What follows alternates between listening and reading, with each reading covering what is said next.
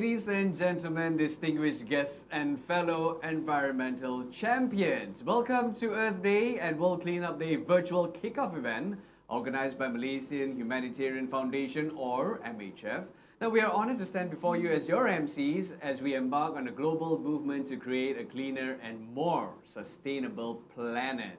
We are your MCs for today once again. My name is Brendan Lipol and today I am joined by my co-MC Jessica Howe, and together we are here to ensure that this session is engaging, fun and useful for all of you to the best of our abilities. Now this event is a kickoff meeting to help bring together more people, more schools, more company and more organization to continuously help to see how we can all jointly play an effective and impactful role in helping Malaysia to be more engaged in areas of cleanup. Ladies and gentlemen, before we dive into the main event, we'd like to take a moment to introduce a very special guest. Please join us in welcoming Mr. Henry Tay, the Executive Director of the Malaysian Humanitarian Foundation, MHF, and the country leader of Malaysia for World Cleanup Day. Now, as for the Executive Director of MHF, Mr. Henry has been instrumental in driving positive change and making a significant impact in the community. Through his leadership, MHS has been actively involved in various humanitarian and environmental initiatives promoting sustainability and empowering individuals to take action. So we are truly honored to have Mr. Henry Tay with us today, and we're excited to hear more about MHS and the important work that they are doing. So without further ado, ladies and gentlemen, please give a warm virtual round of applause to Mr. Henry as he shares more about the foundation and its initiative. Over to you, Mr. Henry. How are you, Mr. Henry? All good? Thank you, both of you very much. Okay. Just a quick introduction, and I'm very thankful for the kind introduction. I hope I can live up to it, but with all my friends and partners in the industry of the environmental field, that will make it easier for us. But otherwise, a very quick introduction of ourselves, if I may. So essentially, just to let anybody who wants to know more about us in a clear fashion, MHF is really a not-for-profit organization, and we are very volunteer-centric. So we provide a platform to essentially engage with volunteers, and we've been doing that since 1996. Essentially, we support and develop people, animal, and environmental projects, but this specific segment that we are focusing today is really towards the kickoff of a virtual event where we want to support the urgency and the importance of environmental causes, and hence why we have partnered with Earth Day and World Cleanup Day to see how we can do this more in Malaysia for cleanups, for waste management, for tree planting that has effects to climate change. But admittedly, we really cannot do this by ourselves, and we really wish to do this as a joint project with every one of you. It is not about MHF, it's about all of you. So essentially, as a country leader for World Cleanup Day Malaysia, we work with international partners, essentially for global best practices, while we deploy our workings with local understanding and engagements. We'll hope to see more of you to participate in these environmental projects that can be sustainable and be part of our daily lives. And just to also share, the points and the Q&As are essentially coming from different volunteers and corporates. So we have summarized the questions that we thought were coming from the volunteers, and we are sharing that through the Q&A, which you will hear it from all the speakers that will give you their views and their opinions. Just a quick sideline, if I may. I just got something hot from the press from Heidi. Wow. And she's the president of World Cleanup Day. So she sent me, and which is why she's not able to join us. And fortunately and very kindly, we have Nelly here. So she's going to do just as wonderful as it will be for Heidi. But I just wanted to make a quick announcement that Heidi and the group from World Cleanup Day have been very successful in working with UN to have World Cleanup Day added onto the UN calendar. And this essentially will start next year. Oh, wow. Right, so we are very happy for World Cleanup Day, and I'm sure this is the beginning of many more very exciting things. And one last thing I just want to draw upon, the Director General of the group that does the approvals and the support of this happens to be a Malaysian, and her name is Maimuna Muhammad Sharif. She's the Executive Director of UN Habitat Malaysia and, boleh. and United Nations Under Secretary General. So we are very happy that she's also there on the other side of the world supporting this as we are doing this together with all our friends today. Thank you very much. Thank you so much, Mr. Henry. But just before, I also wanted to add, if I may, is because Heidi is not able to join us today, she's been very kind to provide us with a video, and she wanted to share a short video about her thoughts about World Cleanup Day. So if I can just have that played just for a quick while before passing it over to the MCs. Let's have a look. Warm greetings on behalf of the Let's Do It World from Nairobi, Kenya, from the United Nations Habitat General Assembly, which have been held here during the week. And one of the points have been to decide over the resolution if and how the World Cleanup Day could become and officially listed in United Nations calendar. We are really happy to announce that all 193 member states said positive yes, and it means a green light for their Let's Do It World to go with the World Cleanup Day also to Unga, which will be held in the end of September.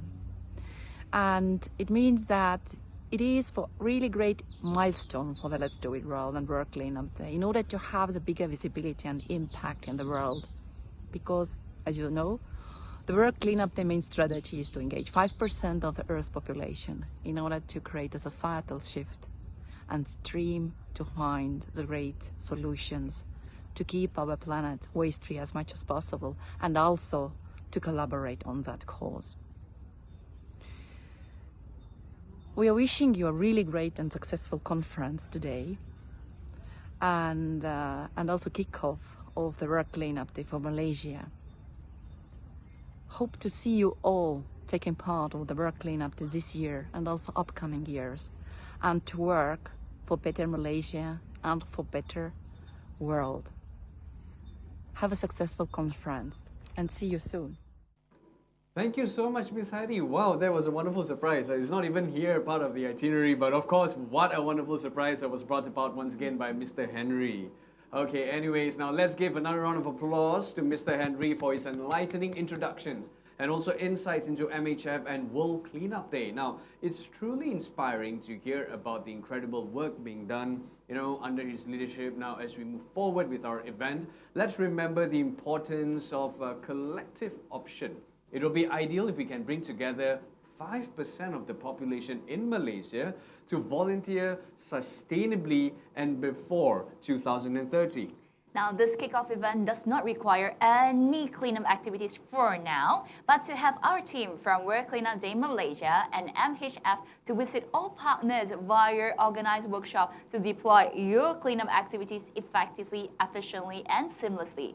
Schedules will be set and shared after this. Now, we're delighted to announce an exciting collaboration between the Malaysia Humanitarian Foundation, the Earth Day organization from the US, and the World Cleanup Day organization all the way from Estonia.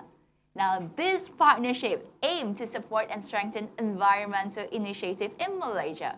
The country leader of Malaysia for World Cleanup Day, along with the Malaysian Humanitarian Foundation, serving as the Secretariat to World Cleanup Day, will work closely together to drive an impactful change in the country. Now, this event was originally scheduled for 22nd April 2023 in conjunction with Earth Day, and however, it coincides with the celebration of Hari Raya Idul Fitri. It has been postponed to the 10th of June 2023. Now, with this kickoff event, we aim to foster shared and collaborative activities that will encourage more volunteers to participate in cleanup initiatives. This project is open to everyone. That's including you, okay? And me. Yeah, it requires collective effort as it is a shared mission, goal, and vision. Now, none of us can achieve this alone, and MHF acknowledges that we cannot do it alone either. Now, following the kickoff virtual event, our objective is to gather as many individuals and partners as possible to engage in physical cleanups. Now, these cleanups can commence at any time, leading to 16 September 2023, which coincides with Malaysia Day. Yay! Public holiday! What? Yeah, a day of double celebration and a cleaner Malaysia. Now, we hope to inspire more people to join this collective effort, which can be shared over 190 countries worldwide celebrating World Cleanup Day on 16 September 2023, while cleanups can be carried out on any day throughout the year. Yes, exactly. But before we begin and we intro some of the awesome people who are here joining us in this wonderful kickoff event, just some quick housekeeping announcement that we would like to remind you. Now, first, if you would like to participate, I mean, why don't you, right? In any of our events, please visit www.mhfhuman.org. You can also register for events on the website, as we will be adding more events in the future, just like what Jessica mentioned previously. Now, if you have any sort of questions or feedback, please feel free to text us on this platform. We will do our best to answer them while keeping track of time, considering it is a Saturday. I know most of you are probably thinking of going out and about with your family, but if you're able to, or rather unable to address your questions during this virtual kickoff session, we'll get back to you later. That's for sure. Yes, that's a promise. Now, we have many volunteer leaders in this session, and if you are interested in becoming a volunteer leader yourself, if you have not, and receiving training, please email us. Now, we just launched a TikTok challenge at www.mhfhuman.org. I'm sure everyone here has TikTok because we are young. Really? Young at heart, at least. Now, the challenge ends in mid-December 2023, and the shortlisted winners will be notified by the end of December 2023. Now, do enjoy the cleanup games available in the lobby. Yes, exactly. So it's not just for you, but of course, it's being given the opportunity for your friends and your family to join as well. So if you know any of them who would like to participate, they can also register with us. You can also visit our gallery in the lobby to view some of the videos that we have for you. Now, a video recap will be available in our gallery after the virtual campaign. Now, we also hope that our viewers who have joined us today will continue to play their part in building momentum and driving more volunteers to participate in cleanup activities in our nation.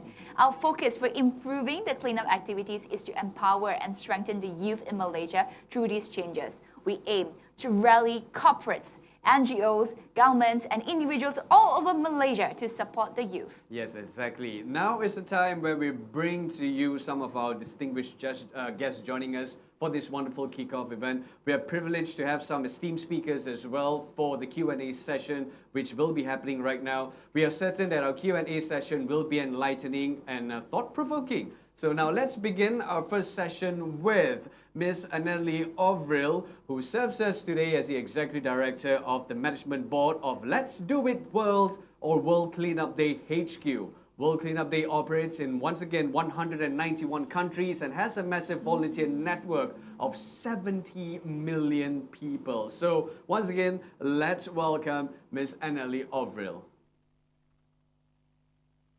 Hello, thank you very much for joining us here today. How are you doing today? All good? I'm fine. Thank you. I'm really glad to be here, and thank you for the invitation. And indeed, we are celebrating today because of really positive voting results by the UN Habitat yesterday. So we are really big day today, and it's really great that it's that's exactly where I can also be here and celebrate with you that remarkable day. Right, we must say, before we start with the questions, we totally love your background. Thank you. It's so vibrant and dynamic. Yeah, exactly. Now, okay, Miss Anneli Ovril, let's start things off with the first question. Now, could you please discuss strategies for scaling up World Cleanup Day efforts and expanding participation across regions and also countries?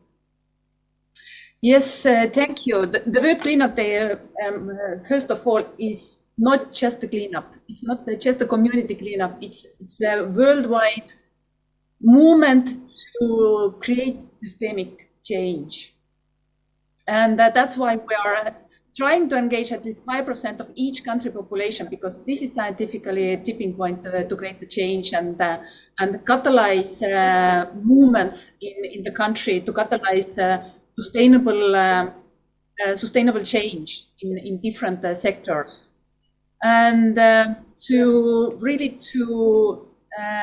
scaling up the World Cleanup Day, we have to cooperate. We have to do it together. This is not the place where we work in silos or just in communities. We have to come together and to engage all the sectors in society and to work towards the waste-free world. And the World Cleanup Day is really great momentum. If we are engaging 5% of population, this is really great momentum to continue with the different kind of sustainable changes. For example, work with schools and educational system to on the educational programs. We can also use the technology and the data for the sustainable world. We can collect the data of a number of participants, the amount of waste collected, recycling rates, and so on, and use this data to really foster the change in society. The World Cleanup Day is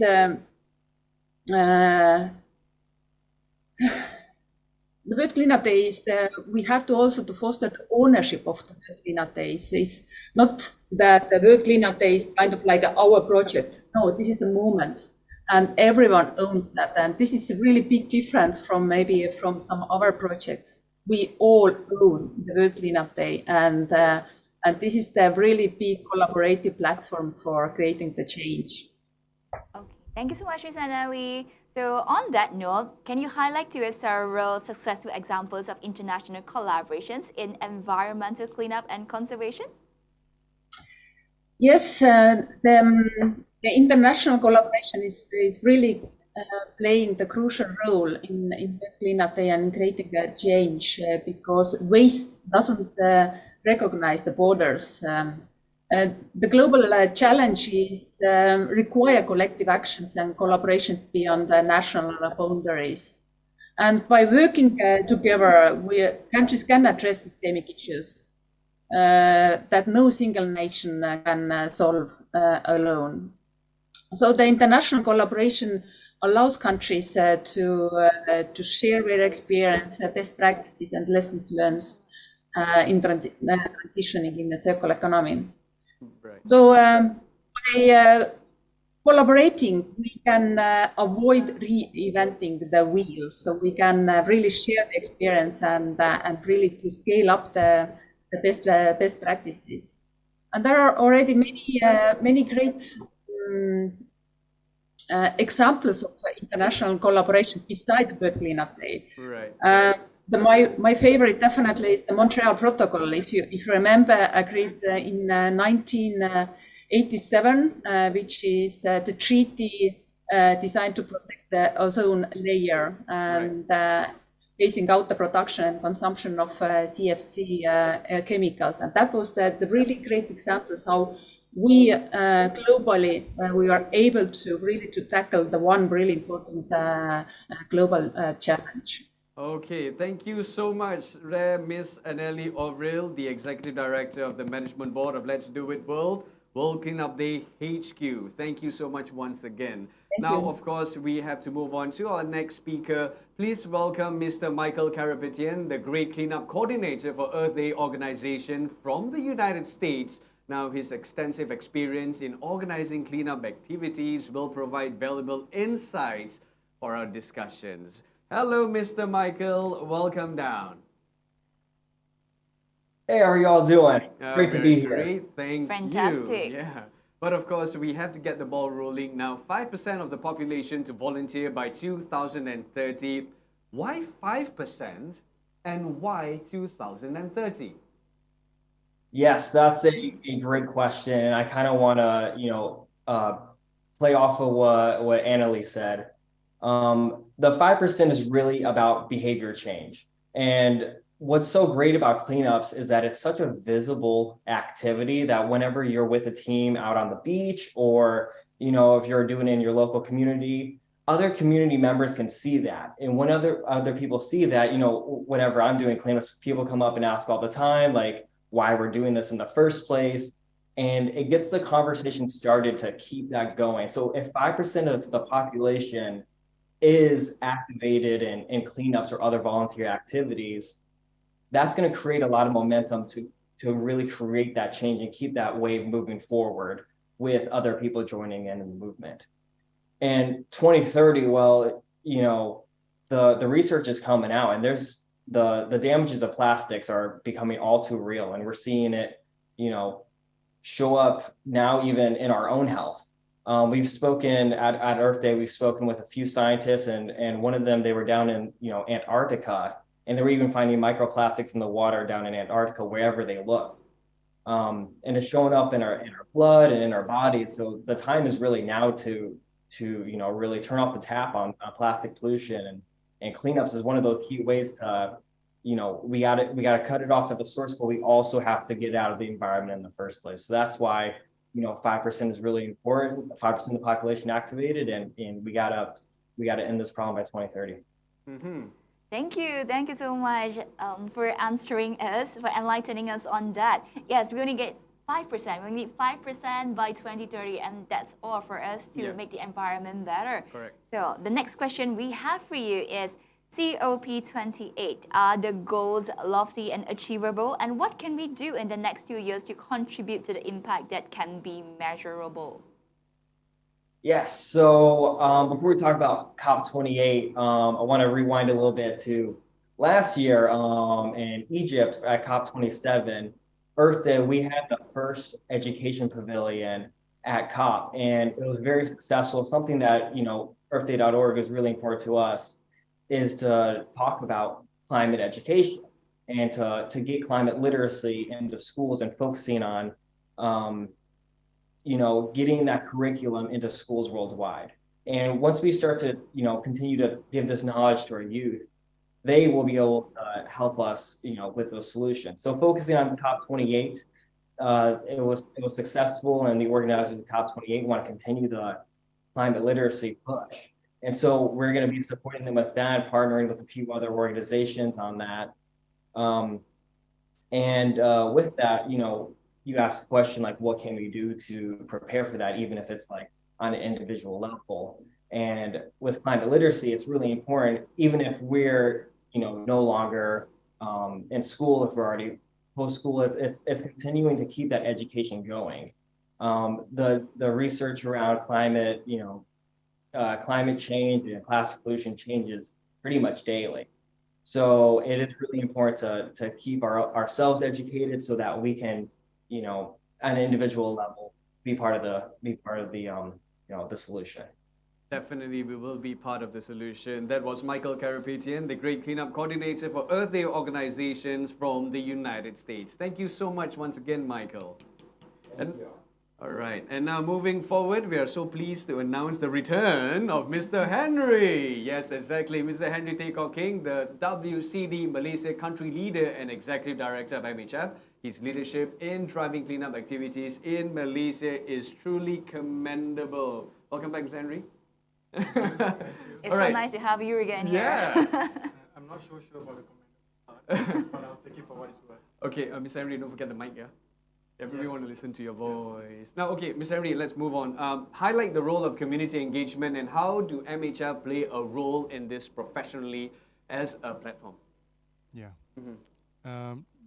To be honest, there are a lot of people doing... Is it on? No, it's not on. Let me just get that for you. Okay, hold on, yeah. Okay, here you go. To be honest, I think there are a lot of very good organizations in Malaysia doing good work. So we just want to compliment them and support each other to do this together. So so that's really the reality for us. But otherwise, to answer your specific question, is MHF's community engagement is really to help gear up volunteers and corporates to have some basic understanding and skills to perform volunteer work, preferably in a fun, inclusive, and dynamic way. We don't really want this to be too serious, at the same time too loose kind of thing. We give people options so that they feel comfortable doing this. So as far as the trainings are concerned, we have 11 levels of volunteer training for individuals and for corporates. So it's all about empowerment. So that's really what it is. And for us, of course, they can start with having no skills and no expectations when they come in, because we don't take any judgment position, but to allow them to choose. And then they can move towards something more skilled and more professional if they wish. So as they can hop in, as they can hop out. So it's quite a relaxed style approach. Essentially, our digital platform, which is something we are working hard to put together presently, is to help volunteers to manage volunteers. so that the volunteers can then plan, manage, execute, and even audit community work if they wish on real time, because we can't really respond on real time. So it's best that we have a technology to support it. Thank you. Thank you so much, Mr. Henry, for answering that. Now, the next question we have for you is, what are the benefits of volunteering for cleanup activities and how it has brought the community together? I think you're giving all the other speakers better questions than mine. Otherwise, we'll try and just answer that as clear as we can. So volunteerism essentially can, at least for me, at least I see it, can help you to understand yourself and others better when you get involved. Essentially, when you help others, sometimes you think you're helping others, but you're actually helping yourself. So at least that's my takeaway. Otherwise, volunteerism directly and indirectly builds character, capacity, empathy, friendship, and even compassion in people. So it may sound a bit soft to talk about it, but maybe that's a strength that we all need to discover. And as of now, I guess we are helping to support, to build a caring culture and society, which is really our tagline for the foundation in Malaysia, as we hope to also have some form of impact by 2030 and not just have events and activities. So when you get involved, more people get together, and it also builds a tolerant society, especially in a time like now. And this is crucial when it comes to cleanups, because it can be as simple as putting a waste on your neighbor's side of the land and becomes an issue. So as small as it can be. So you can do wonderful things when you start to volunteer, because you will search yourself differently. Fantastic. So you just mentioned and you just asked Mr. Henry here about benefits, right? So I must ask you about some stories. So of course, Mr. Henry, please share with us some inspiring stories of communities that have successfully organized cleanup events and made a difference. Oh dear. Oh dear. Story time. Story time. Again, I want to salute all the heroes in Malaysia that have been doing work quietly and visibly over the years. I'm not sure I can give you inspiring stories other than that we do not categorize which cleanup activities are better than the other. The more important thing for us is to get people to volunteer and to see what you as an individual or a corporate can take back from what you do by yourself or with your friends or family or as an organization. I think that's really more important for us. Nice, nice. Thank you. Thank you so much, Mr. Henry. Thank you. And thank you to all the unsung heroes who helped to make Malaysia a cleaner place, making our environment better. Now, ladies and gentlemen, time for us to introduce our next speaker. Today, we are privileged to have Puan Umi Kalsum Sweet, Director of Federal Territory for SW Corp, an agency under the Ministry of Local Government Development. Her expertise in waste management and sustainability will greatly contribute to our conversation. Hi, Puan Umi. Hello. How are you? Hello. Welcome down, Puan I'm Umi. fine, thank you. How are you? We are great. Thank you so much for joining us here. So, waste management will surely impact climate change. Waste pollutes water and air mostly. So what are the strategy, measures, enforcement of the Ministry of Local Government and Development, or SW Corp, in addressing these issues? Okay, as for your information, so as for the climate crisis, actually it leads to more on the sanitary landfills or the landfill which are because from the landfill, there will be untreated leachate and generation of methane from the decays of the waste and so on. And for your information, there are about 311 landfills in Malaysia. And half of it has been closed. And those which are closed, the government has still to treat it. Yeah. And if the government has to treat it, the government has to spend lots of money in it. So we waste a lot of money in treating a dump site previously, because we are not doing a sanitary landfills. And for the time being, there are about 21 sanitary landfills only in Malaysia, and 116 are non-sanitary. So still we are spending money, and the government will not stop there. And this is one of the things that the government has to do to make sure that whatever the World Cleanup Day is doing will help to reduce the waste from going to the landfill. Now, of course, when it comes to So government... another challenge is... Sorry. Yeah. Go ahead, Puan Umi. Yes. one of our challenges to reduce the waste from being disposed to the landfill, because we have about 38,000 tonnage per day in Malaysia, and every one of us, in average, throwing about 1.17 kilogram of waste per day, and mostly food waste. So we have to go to achieve the SDGs targets of 4.3, in which we want to reduce 50% of the food waste from going to the landfill. And the rate of the recycling last year was about 33.17%.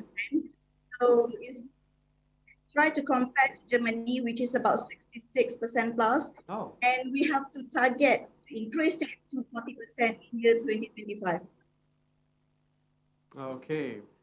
Thank you so much, Pan Umi, for sharing with us your thoughts. And of course, unfortunately, we don't have much time to ask you further questions, but of course, we're excited to know more about it. Perhaps you can share with us maybe later, because we have that question tab where you can ask your questions also, and we also can help emphasize them based on certain speakers that we have for you here also as well, to all the viewers who are watching us. So once again, thank you so much, Puan Umi Kalsum Shuib, the Director of Federal Territory for SW Corp, an agency under the Ministry of Housing and Local Government. Now, moving forward as well, we have another wonderful speaker who is joining us right now. Let's welcome Ms. Sakina Bibi Nagor, a City Councillor of Petaling Jaya, representing MBPJ. Where you live. Right, definitely. Not in MBPJ, but in PJ. Valuable insights into local governance and community involvement, which will be instrumental in our discussion. Hello, Ms. Sakina.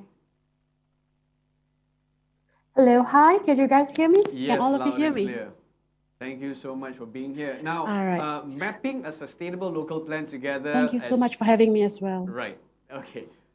All right. So, mapping a sustainable local plan together as individual, public, with universities, corporate, NGO, and with governments. Could you tell us how, and share with us if you have any example on this? Okay. Firstly, I think when every department or every organization, universities, and the public at large, when they have to work together with the local government, I think first and foremost, it's the mission and the vision. What is it that they want to achieve? So once you identify this, it's quite easy for you to now move forward. So far, I will just speak based on experience or based on what MPPJ has practiced. All right, we have this PJSSR, is PJ's Smart, Sustainable and Resilient City Plan that we're supposed to achieve by 2030, yeah? And it's a plan where it has involved schools, colleges, universities, NGOs, resident at large, government agencies all together. Can you hear me? Yes, loud and clear. So, yeah, all right, because I'm having internet problem, I believe. Yeah. So these are the things that first and foremost, identifying the missions and then identifying your stakeholders, identifying those, the benefactor of this plan. So I think this is foremost important. So far, we in MPPJ or MPPJ at large, along with the PJ residents and all this, the PJSSR and also our Recycle 3R program is going on well. And however, there are always rooms for improvement. So I think collaboration within government agencies and public at large, communication has to come in first. And what the government can provide is grants and incentives. Right. Yeah. This is a short answer. I have a long answer prepared. We appreciate the effort to summarize your answer. Yeah. Now, what are shared vision and mission, and why are they important? Okay. Again, like I said, it's a very first step that you need to draw a line. You go back to the drawing board, and then you have to understand what is it that you want to implement. How is it going to help the public at large? Is it practical for them to participate in a program? Because you see, policy making and also coming up with the programs, coming up with ideas and solutions, it has to be practical. It is no point for us to have a policy, a program, or some initiative done, but it's not practical, cannot be done, or it's difficult for the residents or the stakeholder at large to comply or to participate. So this is something very important. So what you can do is you have to often hold a town hall session. You have to do surveys. You have to call up for meetings, tons of meetings, and then find out what is the how do you call this, smoother way to get things done. Because sometimes you see, you may have a resident of Petaling Jaya, it's not just one group of people. They actually have multiple groups, multiple income groups and all of that, you see. So you have to identify what type of program you can do at the B40 area, what type of program you can do at the T20 area. You see, so things like this is very important. So shared vision and mission, it's something that I believe it all falls back in a drawing room, and it's a preliminary assessment that needs to be done before you start any program so that it will be a successful one. Thank you. Thank you so much, Ms. Sakina, for clearing this matter up for us, explaining to us. I believe targeted approach is very important if you would like to get the right audience. Yes, exactly. And shared vision and mission. Thank you so much. Next, we are delighted to have Ms. Elaine Das, a youth ambassador for the Malaysian Humanitarian Foundation, joining us here today. So Ms. Das has been actively advocating for youth engagement and environmental causes. Hello. Hello, Ms. Eileen. How are you? Hi, it's a pleasure to meet you guys. All right. Yeah. So the first question we have for you, Eileen, is how should we leave this nation of Malaysia for the future generation, especially in the environmental space for the youth? Oh, that's a good one. Yeah, So, right. as youth ambassador for Malaysian Humanitarian Foundation, my primary focus is actually to ensure that we leave a sustainable nation, and not just a sustainable one, but a thriving nation for future generations, particularly in the environmental space. So, to achieve this, I think one of the most key factors that we have to focus on is education and awareness, because I think a lot of issues that we face now is that the youth lack awareness, and this is really important because we have to prioritize environmental education, and this can be done by integrating environmental studies into the curriculum and organizing workshops and seminars. And we can also utilize digital platforms such as this virtual event that we're having right now to disseminate information about environmental issues to them. So another thing we can do is actually to encourage sustainable practices, not just on individual level, but as a community at an institutional level. Everything is vital, because by promoting energy conservation, waste reduction, supporting sustainable consumption, it all can have a significant impact on the environment. And I'm sure that that's what we all want, to leave a better world for generations to come. So, you know, when it comes to youth, right? I mean, Jessica, they are just so energetic, right? So obviously, we got to, you know, direct that energy to the right platform and to the right method. And of course, how do we find them, and how do we even develop them when it comes to youth developments, especially in providing training, mentoring, guidance, directory job, business opportunities, etc. The list goes on. So, Ms. Eileen, please let us know. So finding and developing youth champions is really important to drive youth development and empower them to become leaders in their field, not just environmental. But one of the ways you can do that is by establishing mentorship programs, as you mentioned, where experienced environmental professionals can actually guide and inspire young individuals. So these mentors, they can provide advice, share their expertise, and help young champions just develop their skills and knowledge in every field that's possible. And also training and skill building programs. So when we have comprehensive training programs, we can actually equip young champions to have the necessary skills to lead initiatives, environmental initiatives effectively. So these programs can actually include like skills such as project management. We can have communication and advocacy skills, and understanding environmental policies and regulations, which are really important to support youth. And I think lastly, one of the things we can do to develop youth-made champions is to actually recognize them and celebrate the achievements of other youth champions, so that this can actually motivate and inspire other youths to do their part. So when we offer incentives such as scholarships, grants, or awards, we can actually encourage their continued dedication and commitment to environmental causes. Okay. Thank you so much, Eileen, for sharing your insights with us. Yes, We that's right. truly appreciate your words of wisdom.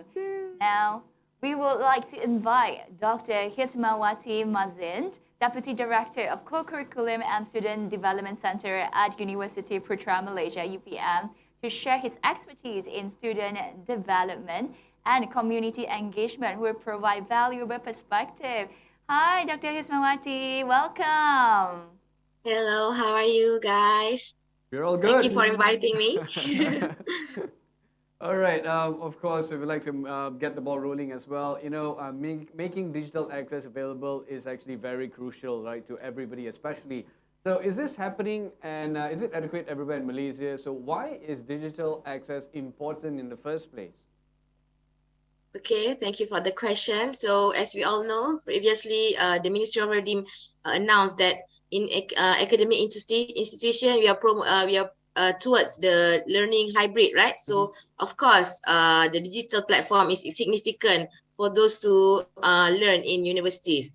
And also, when we talk about the digital access, okay, so it have people said that urban areas have much more connectivity and also exposed with the digital platform compared to the rural and also the what we called it remote communities. Okay, so but then again, our ministry also, our local government try very hard to have this connectivity to be access to every area, especially in the rural and also in the remote communities.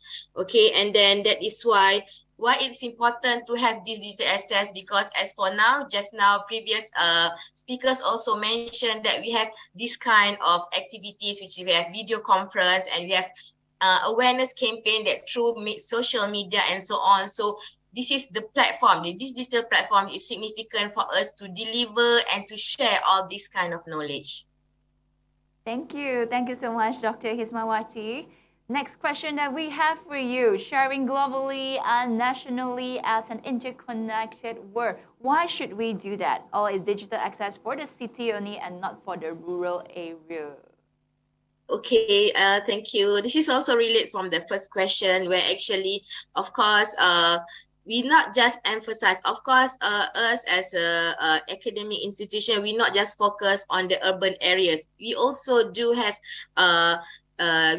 we need to have very significant focus towards the rural areas and also the remote communities as well. But then again, of course, there will be what we call it some on the in terms of the connectivity, the internet connectivity. So therefore, there will be some challenge for us to reach all these rural and also these remote communities. But again, sharing globally and nationally as interconnected world is very significant, again, for us to share knowledge, information exchange, and of course the economic opportunities as well, where we actually it enables for the global and national to actually share their specialists in the areas in terms of trade, leading to economic growth, job creation, and also the at higher standard of living. So all this kind of information is very significant in order to have the interconnected world between the global and national. Right. So as you can see, Jessica, it's not just for the rural areas, as you know, digital access is for everybody out there. Yeah, we shouldn't leave anyone.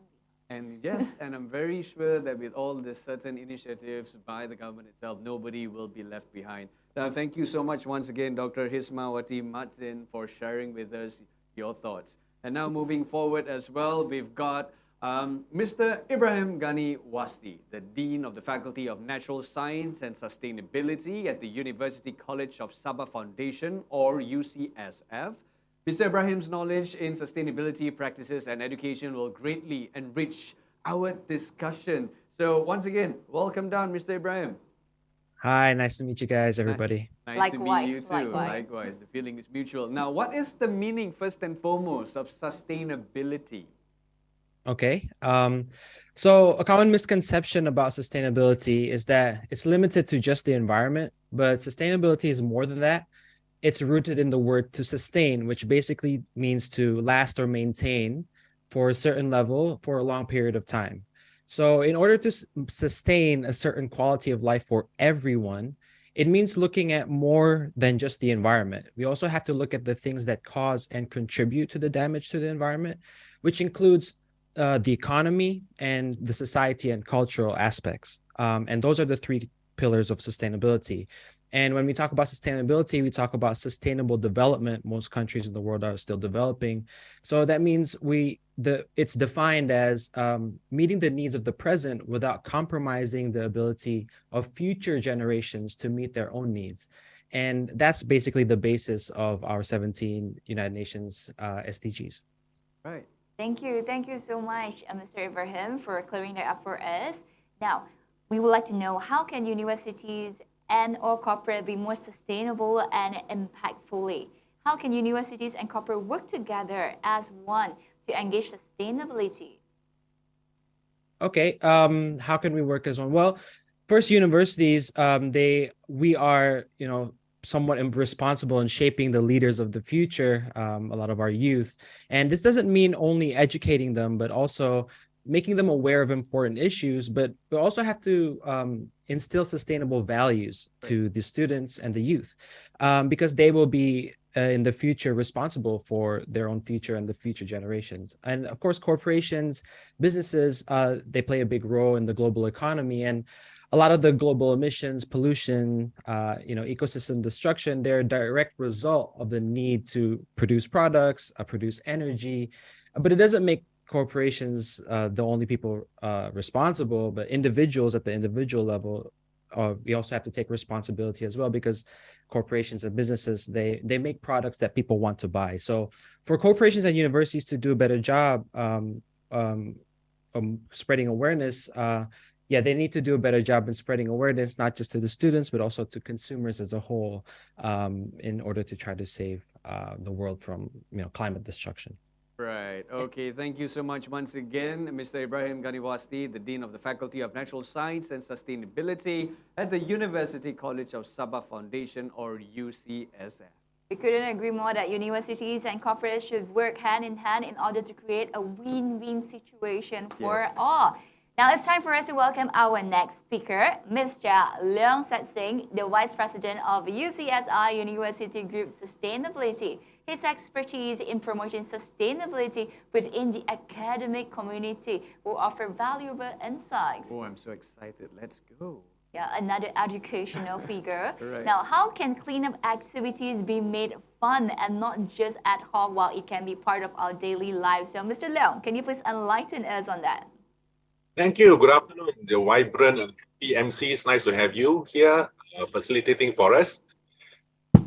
Yeah, firstly, I like to mention that thanks to Henry on behalf of Humanitarian Organization and the World Cleanup Day for organizing this. Now, we know that when we do a one-day cleanup, be it 190 over countries, it won't stay clean, isn't it? Huh? After the next week or so, you'll be dirty and messy again. But I suppose it's symbolic, it's symbolic in the sense that we want to tell the whole world, the community, that we do not want a messy, dirty, full of wastage kind of streets and neighborhood. We want clean. And not only that, sometimes waste you see in the sea or in the river, and we also want to say we want to clean that up too, because the wastage is supposed to land in a proper place, not in the sea, not in the river, right? Well, we are glad as UCSI to participate together in this symbolic event, and having like 30% international students in UCSI. I'm glad to see that many of them are already heavily involved in cleaning up activities. For example, we have students from India, somebody named of Hashita, and another student from Tanzania named Aryan. They are here in Malaysia, and they have already involved in beach cleanup since like every semester since a few years ago. And this coming July, next month, they are doing another beach cleanup facilitated by their lecturer, Dr. Ramani. Yeah? So of course, international community doing it. And well, I'm happy to say too, we have like student exchange from University of Queensland. They were here a few months ago doing the beach cleanup, and they're coming again next month. And we invited them to join along. So the kind of a camaraderie, you know, the feeling of the whole world, international people wants to clean up together, I think that is very fun and meaningful by itself. Yes, during the cleanup, they can have games, tally match, treasure hunt, part and parcel of the happy day that they are in. Yeah. Thank you. Thank you so much, Mr. That is the trick Leong. right there, right? To bring games when it comes to cleanups. Yeah, cleanups can be fun. Because sometimes when you think of cleanup, it's like, oh, I don't feel like doing it. It is so boring, so tiring. But if you put in a bit of tweaks with games, treasure hunt, it just turns the whole thing into something that you look forward to. And we believe that educators should lead by example. That way the students will follow suit. And they are already leading by example. So thank you so much once again. Yeah. That was Mr. Leong Sat Singh, the Vice President of UCSI University Group Sustainability. Thank you so much once again, Mr. Leong. Now here comes our final speaker for today. We would like to welcome Ms. Satyar Devi Raghunathan, the Vice President, Community of the Junior Chambers International, JCI Petaling Jaya for the year 2023. Her dedication to community service and leadership will bring valuable perspective to our discussion. Hello, Ms. Hi, Satya. Satya. Welcome. Hi, Brandon. Hi, Jessica. It's a great pleasure to be a part of this program.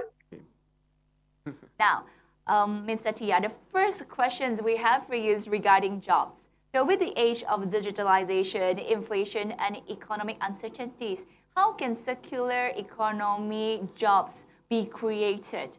And what is circular economy to you?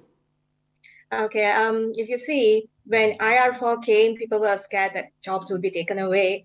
Now ChatGPT came, and they're also scared that jobs will be taken away. You see, we have shifted from typewriter to laptops, and now it's ChatGPT. What happens is, as we evolve, our jobs also evolve, but the market is still there.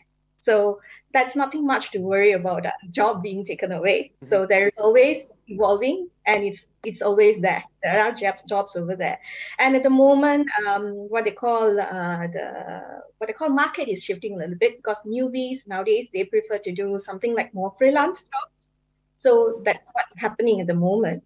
And other than that, when you ask what is circular economy to me, if you see circular economy, one good example that I would give is palm oil economy.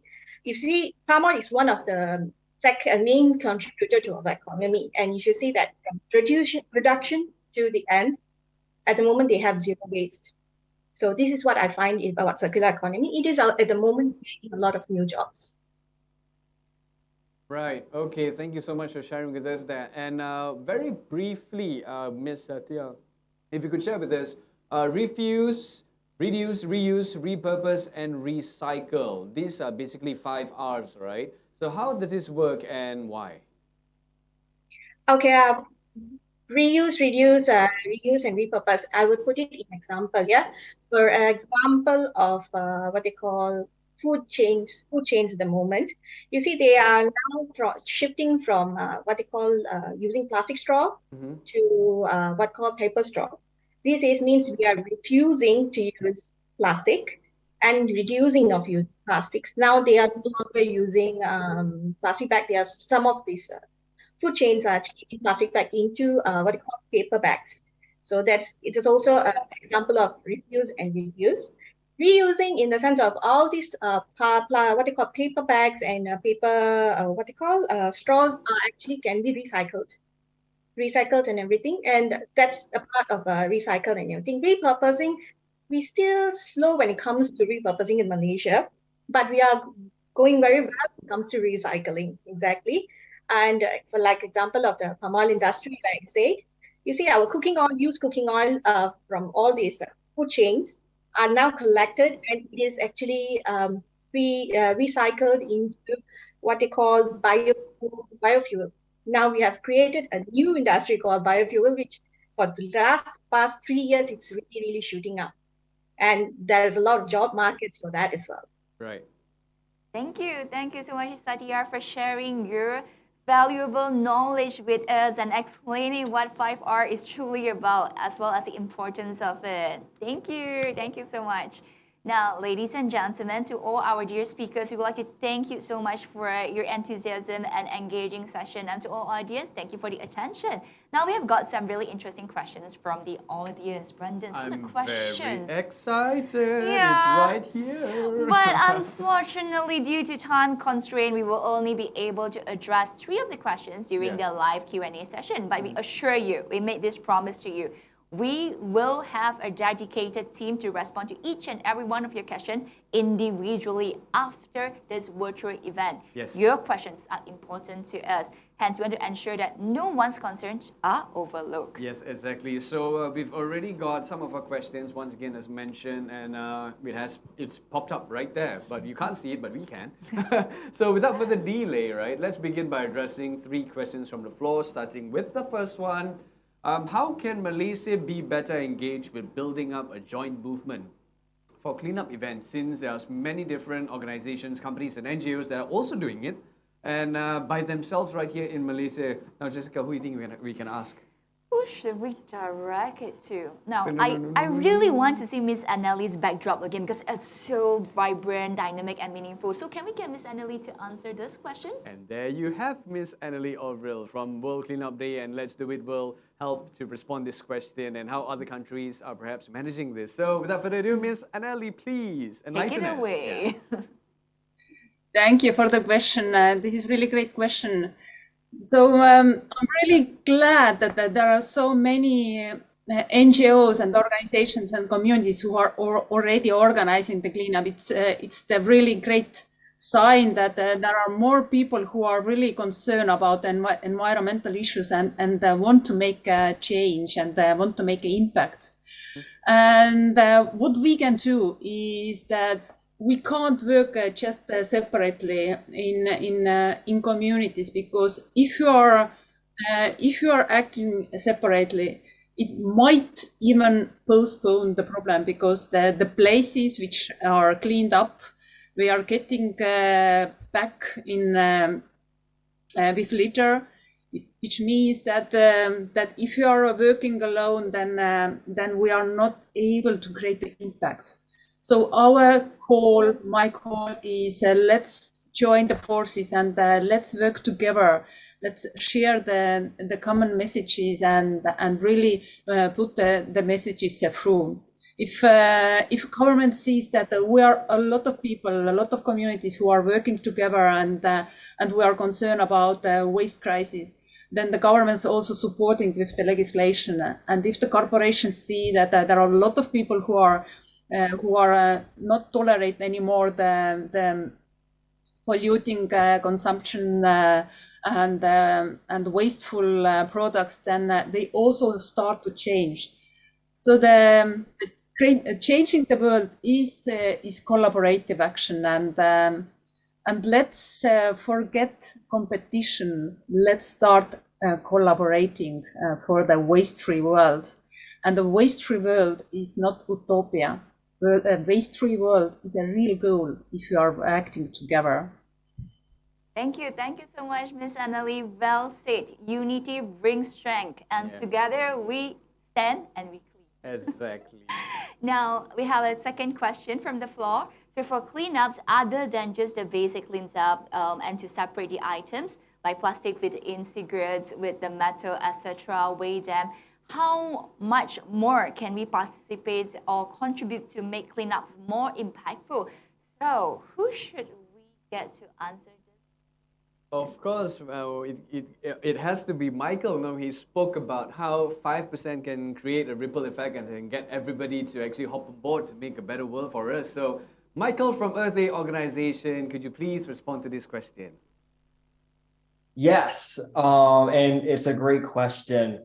Cleanups are great, and they're a great way to get out, into your community and make impact. But, we can't be picking up trash the rest of our lives. We got to start finding solutions to make change. And I think one of the ways that, we can make cleanups more impactful is by, as cleanup organizers, let's utilize our volunteers and turn them into advocates against plastic pollution. Even currently in the international, landscape, they're discussing a treaty on, Indian plastic pollution, an internationally legally binding treaty. And some of our team just went to INC, that's what it's called, to discuss this treaty. And I think if we get, volunteers to be aware of how they can use their voice to sign petitions and talk to their local government leaders to make change, I think that'd be very impactful. Fantastic. Thank you so much, Michael, for sharing your views. Yes, exactly. Here comes the final question. Now, just now, Annalie mentioned that collaboration is very important. Yeah. So I think we would like to find out how individuals, corporates, and NGOs can work better and more effectively together with the government on cleanup activities. And of course, we need to get someone from the government to answer that. Of course, Okay. none other than Puan Umi Kalsum Shuib, the Director of Federal Territory, SW Corp Malaysia. So could you please kindly answer this question? Hi again. I would like to say that there has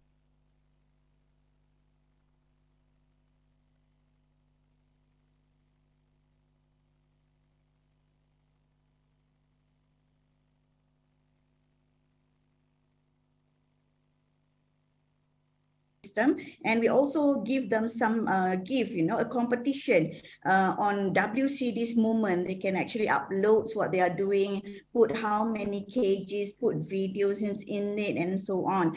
And as for this year, I hope that we can still continue with that, or if MHF has a new system in place, what we can do is provide you with the hotspots in Kuala Lumpur, especially, in which like universities, volunteers can come in. We just put a few places for you, and maybe more than 100, because Kuala Lumpur has many places that there are many trash around, and especially on the border in which service area of the highway concessionaires and SW Corp. There's a lot of waste there, and maybe we could help on that. And I would like also to suggest to MHF, I think I have said this to Mr. Henry last time, that maybe they can seek some help from KPKT, in which we can have the Malaysia WCD's hour on this coming WCD, in which we can stop all our activities and do this clean up, like Earth Hour, like Quran Hour, and then also like in South Korea last time when they want to have Olympic Games, so they stop for a while, like 1 hour, so they clean the country. So I really hope that that can be done. As a government agency, I will help all of you to do cleanup. So just contact me to do that. Thank you. We hope so too. Yeah, I mean, that's a brilliant way, right? Just take 1 hour of your time and you just clean up wherever you are. I think, yeah, that's fantastic if you think about it.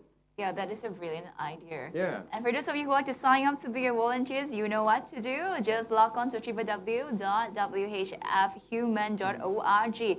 Now, thank you so much, everyone, for all the questions, and thank you to all our speakers who are answering them so brilliantly. Well done. I believe that cleared a lot of doubts that our audience has. Now, before we wrap up this virtual kickoff session, let's quickly touch on a few key points. Exactly. So takeaways from this event, what can we talk about and what can we bring back home? Oh, you're already home, right? Well, this kickoff meeting is just the beginning, and we have many more exciting workshops planned with our partners. So one significant milestone to look forward to is the World Cleanup Day itself, physical event that once again is happening on the 16th of September 2023, coinciding with Malaysia Day. It is a public holiday, so everyone, you have no excuse not to attend it. So a big thank you to Earth Day, World Cleanup Day, Let's Do It World, Team MHF, and all our partners for joining us here in this project. It is all about taking small steps together and wasting no time. Small step, big impact. Wow. Now we have a shared responsibility to make progress as individuals, corporations, governments, and NGOs within and between countries. Exactly. So remember, once again, please mark your calendars, save the date. Join us for the physical World Cleanup Day on 16th of September 2023. Make sure to register early as we'll be coordinating cleanups nationwide. So stay tuned for updates as the day approaches. Now, if you are interested in training opportunities, would like to be a volunteer, be it personal or volunteer leader training, sign up on our website, www.mhfhuman.org. Exactly. And before we go, before we wrap things up, of course, we want to remind you once again that we have a TikTok challenge and you're invited to participate as well. Clean up games in the lobby. You can view the videos from our gallery. And we have video recap available after the virtual campaign in our gallery too. And most important of all, everyone, if you are not a volunteer yet, quickly be a volunteer yourself. Get your friends and family to join in by signing up at volunteer.mhfhuman.org/sign up. Yes, exactly. So till then, of course, our kickoff event has come to an end. We thank you so much once again for actually joining us in this wonderful, spectacular event. So remember, we've also got something that's very important, which is WCD 2023. Remember that hashtag. And we are going to sign out right now. I'm Brendan Lepore. I am Jessica, and it has been a pleasure being your host for this meaningful afternoon. Till next time. Bye-bye. Have a great weekend.